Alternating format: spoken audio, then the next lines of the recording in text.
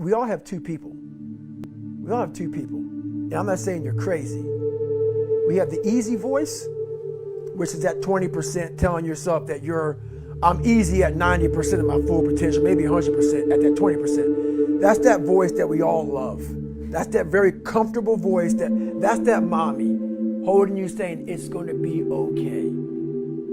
Doesn't care how good you are, just loves you. Just loves you no matter how messed up you are in life. That's where you want to be at.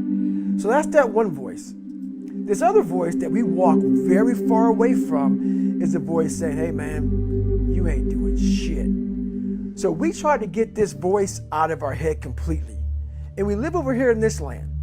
So what you have to do first is turn up this voice over here. The voice saying things to you that aren't nice. That it's in our head saying, you know what, man, dude, you're not doing shit. You're not and it's not putting yourself down. People take this the wrong way in this new society. I'm not saying to put yourself down. I'm saying listen to the truth. And the truth isn't in the 20%. The truth is in this other part of your brain saying, look, man, you're wasting a bunch of percentage here. We have 80 more percent that we're not tapping into because in this other 80% is suffering, pain, failure, self-doubt, darkness, and then a whole bunch of light. But to get to this light, you got to go through all of this shit. So a lot of us know that. We know. We do know deep down. Yeah, I can get over here, but over here, man, this is much better because I got to go through this journey that is not fun. This from 20 to 100%, this shit in between is not fun. So we decide to live over here. So everybody goes, how do you do that?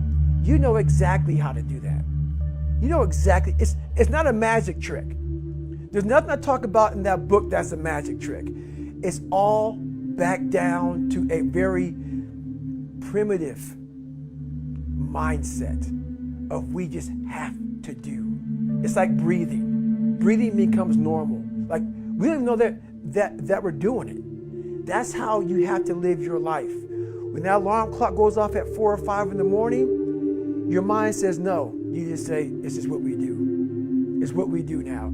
Because to get to where you want to go, the amount of pain involved, I'm not saying physical, I'm not saying you got to break yourself off. The amount of mental pain of how many times you're going to have to do something that you don't want to do to get to where you want to go is going to be, there's going to be more times you do something that you don't want to do than you are going to want to do it. And that's your new norm. That's your new norm.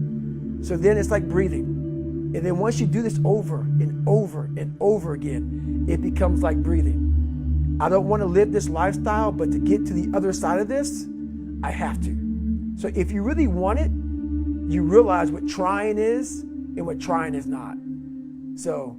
And is that all about just discomfort, the discomfort zone that you talk about, callousing the brain? Mm-hmm. Is it about anything that makes you uncomfortable, or are some things more effective than others? Anything, basically. It's about doing those things that you don't want to do. And once again, I have to say it very loud and clear, I'm not about being a masochist.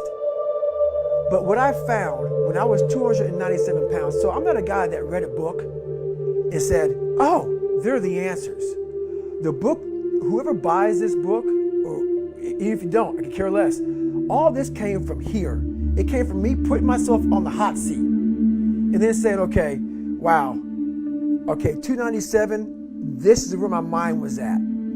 To get to 187, this is where my mind went to go through 3 hell weeks, to run tours in the 5 miles, to do 4,030 pull-ups. And I'm a natural born fat guy. Even though I was born 175, I gained 125 pounds. I was lazy. That's who I am. I'm a guy that likes to sit back, watch TV, and eat pizza. Like everybody. Like everybody. Like everybody. So I want to tell you right now. That's the mama voice. That's the mama voice. Here, put your feet up. I'm giving you some cookies That's and right. milk. Take it easy, right? That's right. And for a guy that never had that, like me, I love my mom, but she was working. All I crave is that mama voice. Please love David. Love David. That voice got me to 297 pounds. Matter She of used to fact, cook for you, She used too. to cook for me. Matter of fact, in the book I talk about it. When I got out of the military and I started gaining this weight a lot, my standard breakfast was 8 cinnamon rolls, like basically, I think 6 to 8 scrambled eggs, half a pound of bacon, Fruity Pebbles, Lucky Charms, whatever it may be. That was my standard breakfast.